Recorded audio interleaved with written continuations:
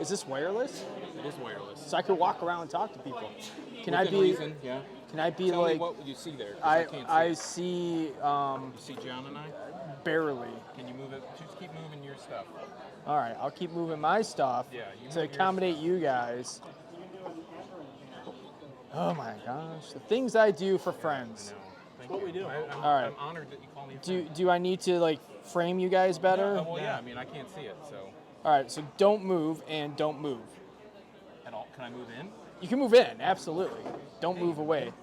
And So as we're live here at Depth Day. God damn it, John! I just told you not to move.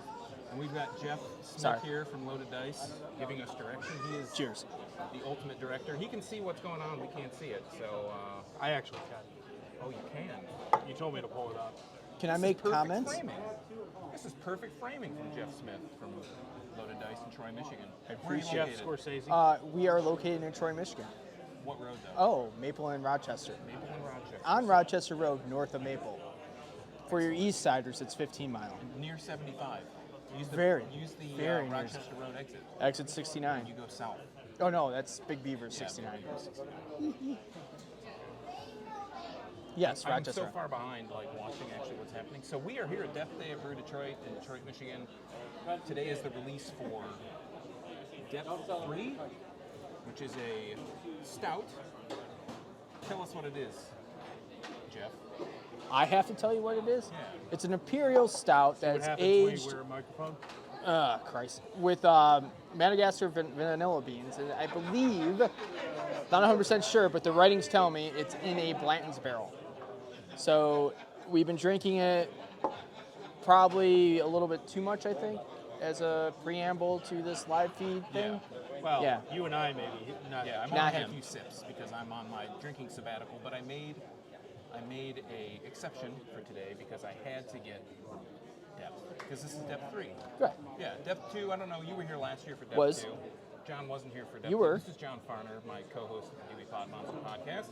I remember We knowing talk you about yet consumption. last year. So we've got Depth 3. Depth 2 was my favorite, I'd say my favorite stout that I didn't make a video about last year. So. I'm hurt now. It's fine. It's fine. You can say that because we're here. What did I say? You said it's your favorite stout so far. Last year. Last year. Yeah, 2021 was last All year. right, I'm so confused. not bad. Podcasting is live. What's This is live live. now? This is live. What's going on, Grab, brother? grab a chair. Good. All right. We won't be able to hear you too much, but unless Jef wants to take the mic off his chest. I can put one between us. It's beard friendly, I hear. Oh, nice. Jef's the director. I- Good, how are you? Good to see you. Sean. How you doing? I'm the Steven. director. Okay, let's see. Okay. Gotta get Steven in the frame. In the frame. Well, I think That's the best fine. we're gonna do is I get. have a face for radio, so podcast, live cameras, We do what we can. suspect. So we got Stephen here from Batch, just across the street, across the park. I don't know what to talk about. We talked about Depth Day. That's what we're here I for. mean, this is awesome, and this is I haven't tried this year's batch, but if it tastes anything like last year or the year before, it's dope. Yeah. That's what, So this is batch 3. If you don't mind, I can share. Please. No, you good? Yeah, you think it's 3. I'm pretty sure it's 3.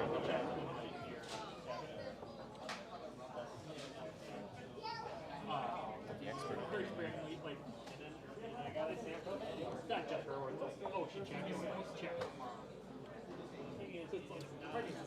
It's so Dick Smasher, right? This is a great beer. It's really balanced. It's actually not super syrupy. Really great chocolate in the nose. Barrel character, but it's balanced. It's a great beer. There's some nice vanilla. I feel like it's more tannins and not like an additional vanilla that's been added to it. But if they did, it's balanced and really well done. This is a great beer. This is a dope beer. Super I mean, rich. I'm not a huge fan of like adjunct heavy imperial stouts. I want to taste the beer. I want to taste the barrel. And if you're adding something to like accentuate or complement the flavors that exist from the base beer or from the barrel, just kind of amp it up, cool. But once we start getting deep into marshmallow fluff and whatever, I personally This is start where to, I like, leave the comp. no. I mean, huge space for it, and like that's not what we do over there. And stout season comes around, people go to other places, and it is what it is. But I think this is a great example. I think this harkens back to the thing that got people excited about, barrel-aged imperial stouts in the first place.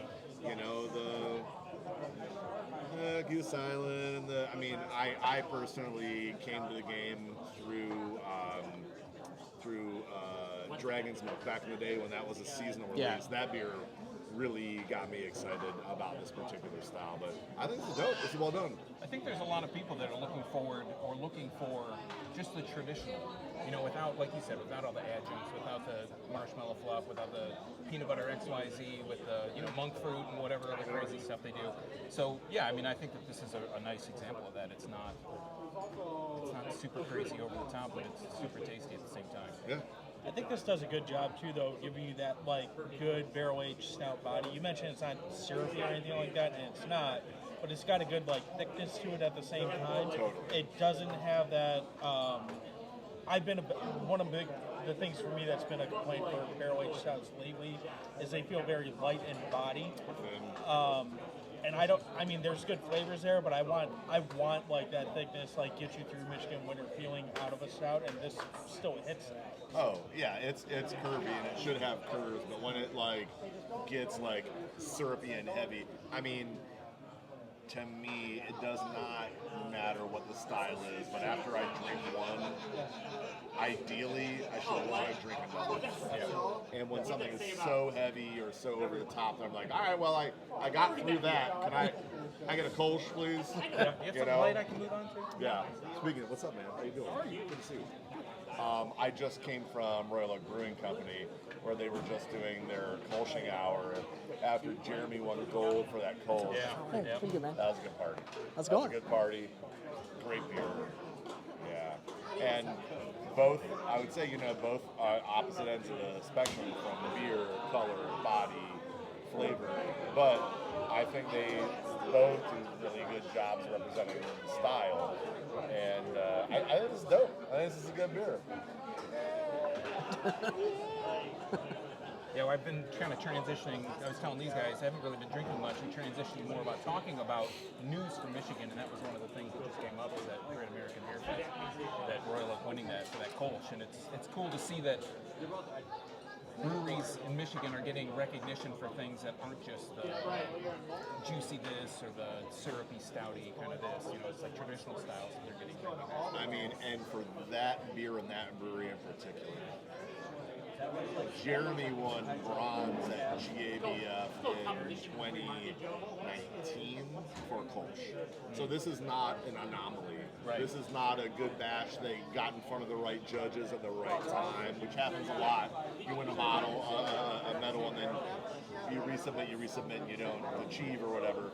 This is a gold he has been sniffing around for years. Yeah, revising the formula. And to brew like that consistently. Yeah. A hyper traditional, super clean, crispy style, and to have won multiple medals for it in kind of adjacent years, that says a lot about the program, says a lot about the brewer, and you gotta love that a 25-year-old brew pub in Royal Oak that does less than 1,000 barrels a year is producing those kind of results on a 25-year-old. I think that system was used when they bought it. 25-year-old. I think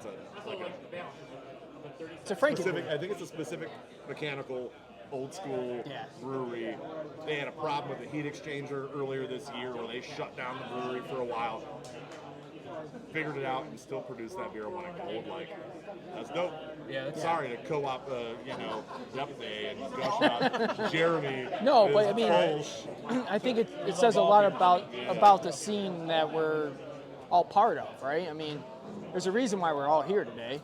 It's to celebrate Detroit and Detroit area beer, and this just happens to be part of it. Yeah, absolutely. And Royal Oak being a really unheralded kind of place, like you said, 20 plus years, been around, and it's not a place that people automatically think of when they think of Detroit or Michigan, because they don't do distribution. It's not something you can go and see at the shelf, but they've been putting quality beer out for all that time, and they're still around. Well, and to the point that you were just making, They don't make a bunch of hazy IPAs. They don't do a bunch of fruited kettle sours with lactose. They don't make the current hype beers, but you know what they do?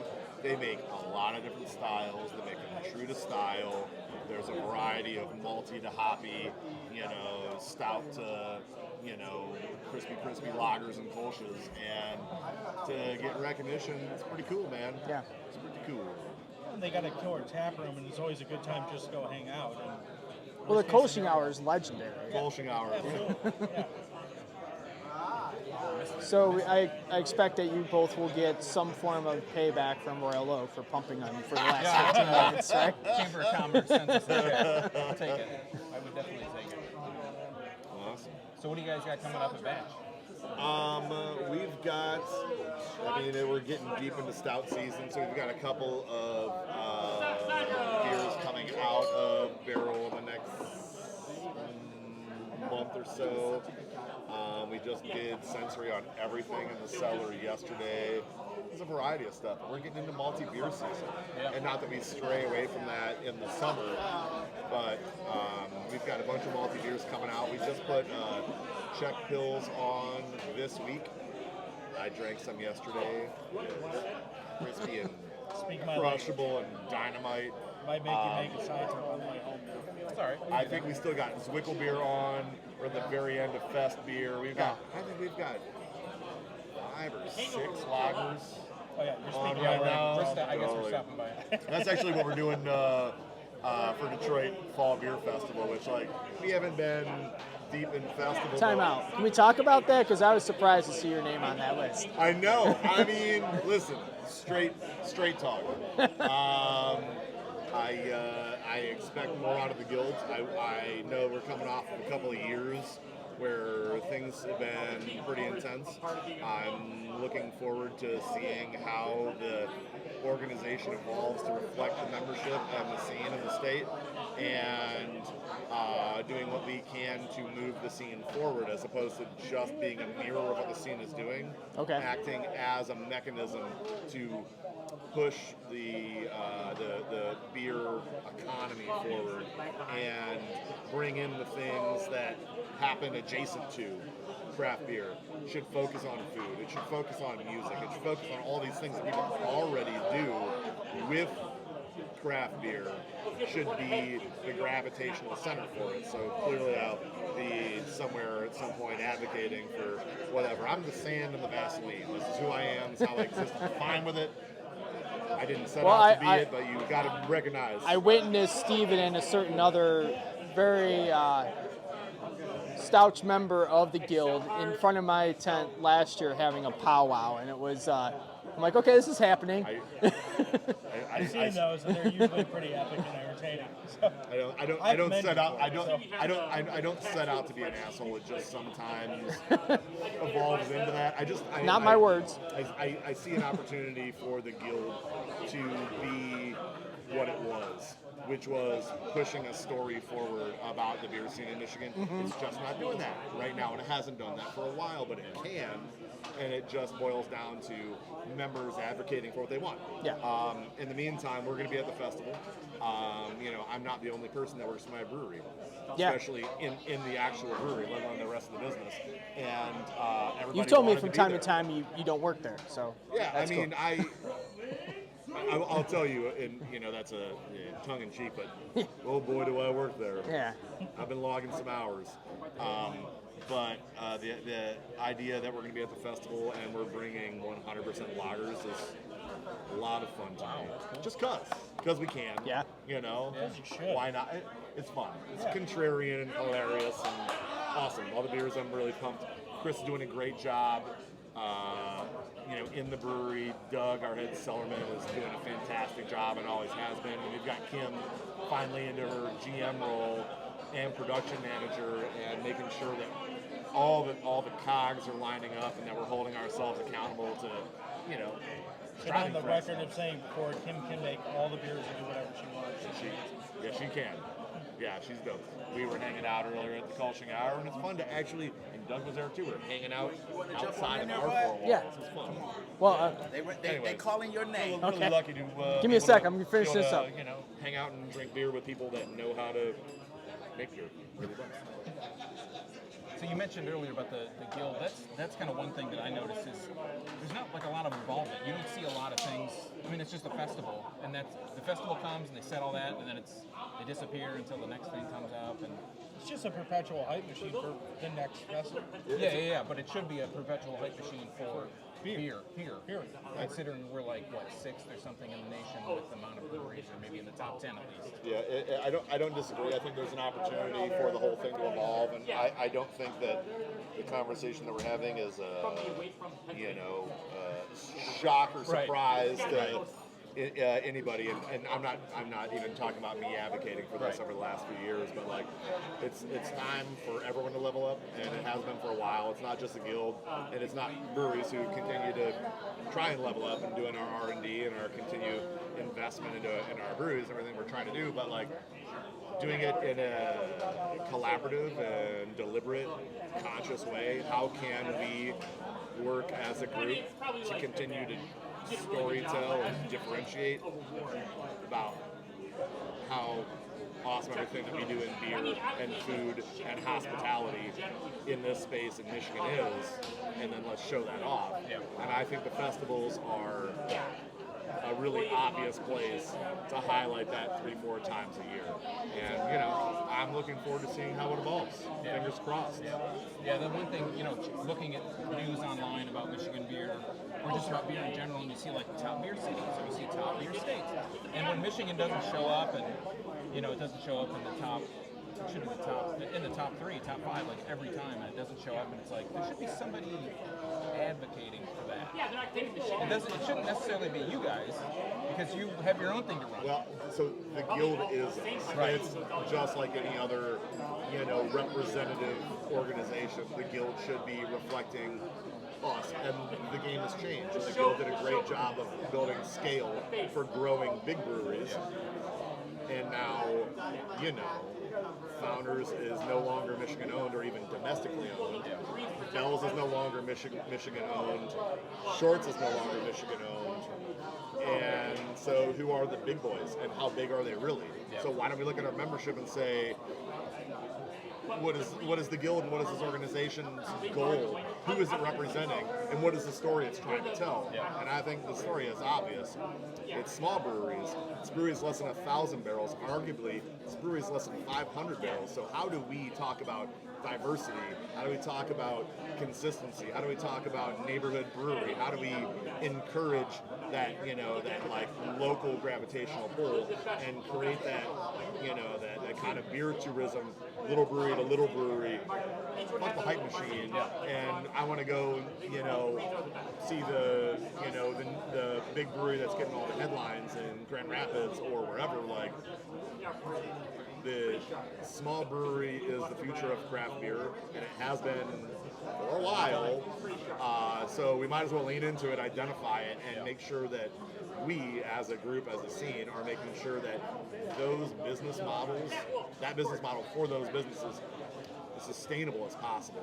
So we can create well-paying jobs to support, lifestyles. So people can live and breathe this work for, the decades to come. Yeah, and I think it's you hear so much about the big places because of the big releases, whatever, but there are so many small places that you don't hear about that have a really great business, have a great business model, do a great job that you just never hear about. It's like, there are these places too. Like you said, it's a good way to build a tourism, to go town to town to town, to go to these different places that are small. There are some cities that have, even smaller places. Like I live in Canton.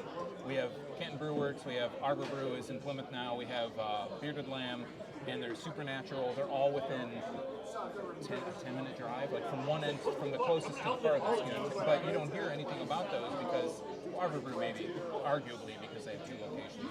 But you don't hear about those places because they have to rely on word of mouth. There's nobody out there advocating that. Well, I think the guild has a big job in a big state full of a lot of breweries, and it might be the opportunity for regions to identify what those more finite regions are and create some of their own equivalent smaller scale guilds to have those mechanisms, be able to throw a festival, be able to do their own thing and attract their community, garner more support.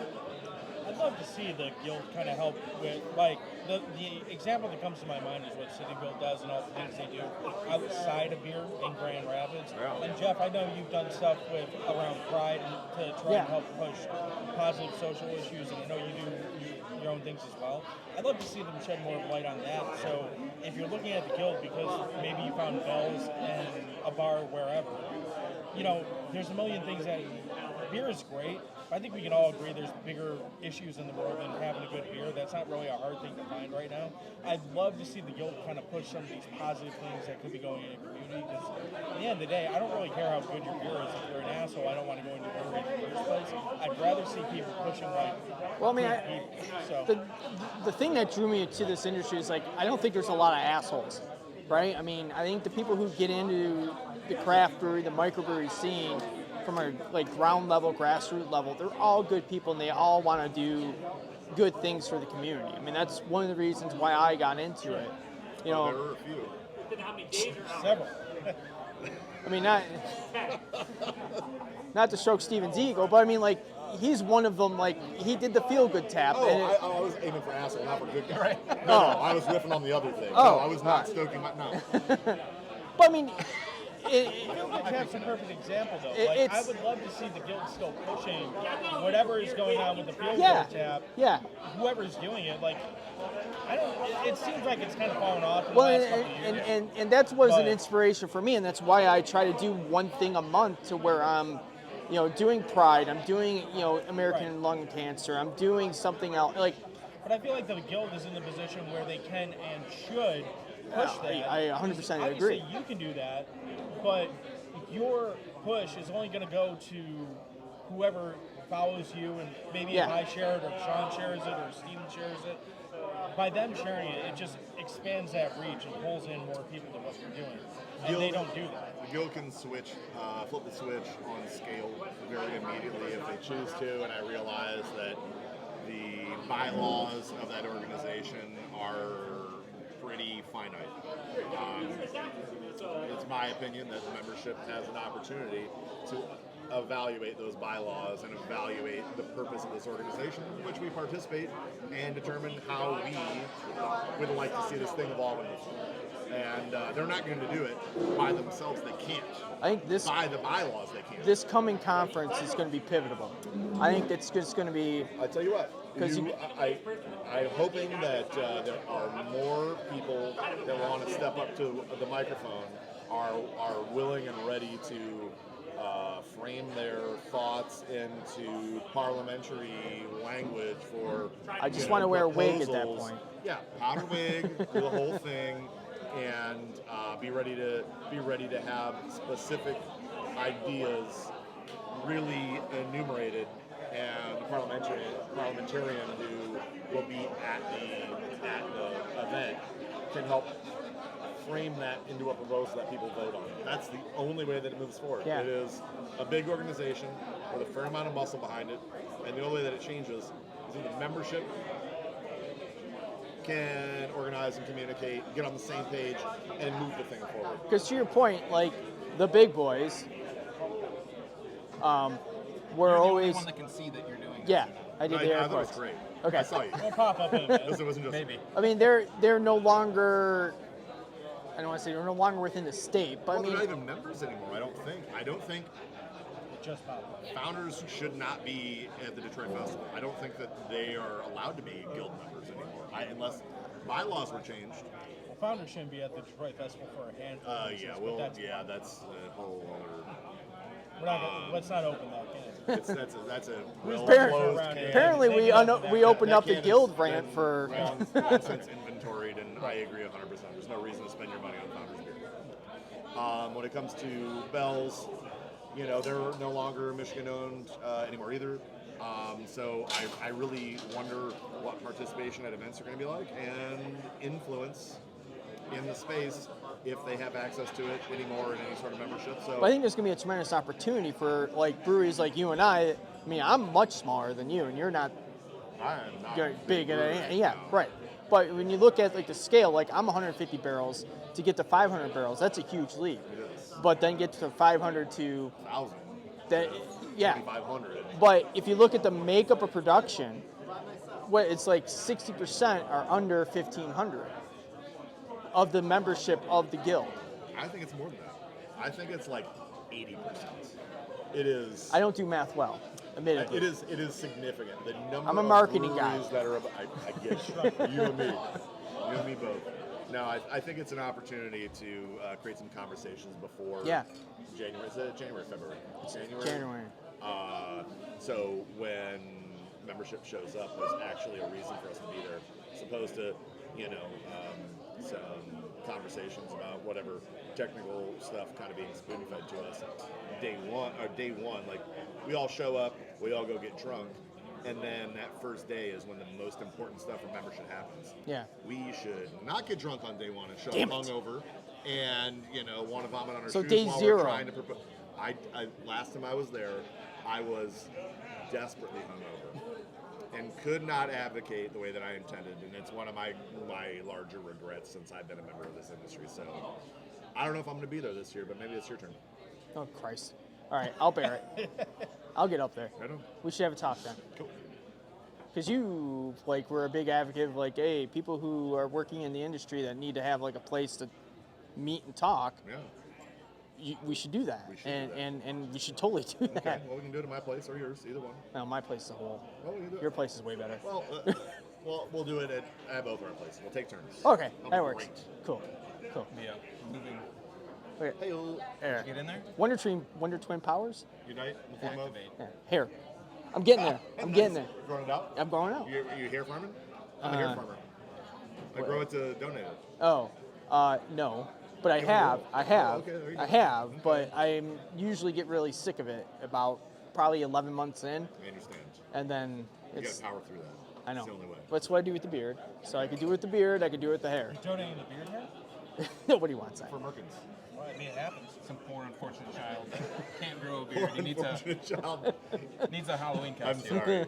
We transitioned from Merkins to children. It was artfully done. Somehow. See your haul here. What's that? Put your haul in front of here so I can My see. what? Your haul. My you- hall. these Oh. beers. Yeah. So Alright. Jeff got 3 depth. What, threes? Right? Three Yeah, depth threes. 69 out of 500. 69 out of Did you get 5. 69 on? I did not. Because I got 69 last year. If they gave me 69 this year, it would be something. So that's Hey, don't mine. break the tripod, man. What? I'm the director. I can move this. Don't break it though. I loosened it a touch. You didn't see it. And then I got 374. Well, how? Oh yeah, 374 out of 432 of this last year's. So that's my haul. It's just finally showing up where I'm. Is looking it? at It's a little bit of a lag.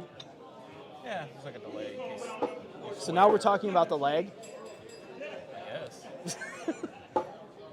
Didn't really think this through very well. I relied on the guest to speak more so fine. than myself. I have to Well, say. it was unintentional that he happened to show up. And you Perfect. I'm not a guest. I'm just a party crasher. Works. I'll take it. want to go party crash the Bruce Brothers with me Let's next? do that. Okay. Especially right This is our thing. Okay, totally. All right, Crash all right. parties. We're mic dropping. Thank you, Jeff. No problem. Thanks, Stephen. My Appreciate pleasure. Good to see you. Yeah, Good to see see you. you, man. All right, we're turning this mic off. Okay, it's off. John's putting his. You want to hold it? You want to hold it? Be like a. I could. I could put it back where you told me to begin with. That works. Yeah. So I don't know what else we have much more to say. I That was a mouthful. can't say anything better. So. Yeah, I think we've said what we had to say. So, if you're watching this live, which you're not, because there's not a whole lot of viewers watching this besides John and I think we're the Carlos. Well, I think he hit and run, so I think he's been gone for a while. So yeah, we're gonna wrap it up. This is a nice bite-size, 28 minutes. Good. That's a nice bite-size live stream. We don't have to keep waxing philosophical about things we don't need to wax philosophical about. If somebody else comes, maybe we'll record something separately and kind of let them talk about what they want to talk about. But anyways, that's been Depth Day here at Brew Detroit in Detroit, Michigan on Abbott Street. If you I think Stephen kind of said it best about the flavor. We didn't even really get to talk about that. It just kind of like We didn't need to. He nailed it. he said everything So, that needed to be said. So, Sean from Draft Therapy signing off for John Fahrner from the Dewey Pod Monster. We'll see you next time. Thanks for watching. Don't forget, drink craft beer, support your local breweries, as Stephen and Jef both attested to. And until next time, don't forget to treat yourself to a little draft therapy. We'll see you next time. Cheers.